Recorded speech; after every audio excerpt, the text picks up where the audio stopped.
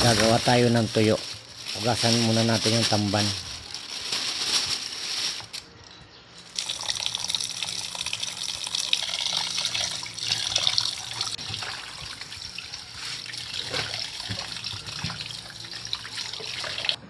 Pagkatapos lagyan natin ng asin. Ibabad natin sa tubig na may asin.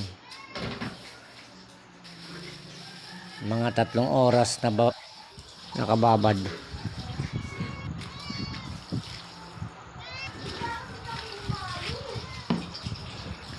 Saka natin banlawan.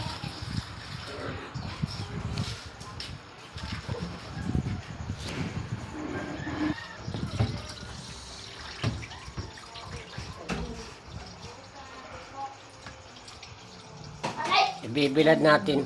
Ilan talaga nanagat ka? Bukid sa ilat eh. Ilan? Mga 3 araw na bilaran.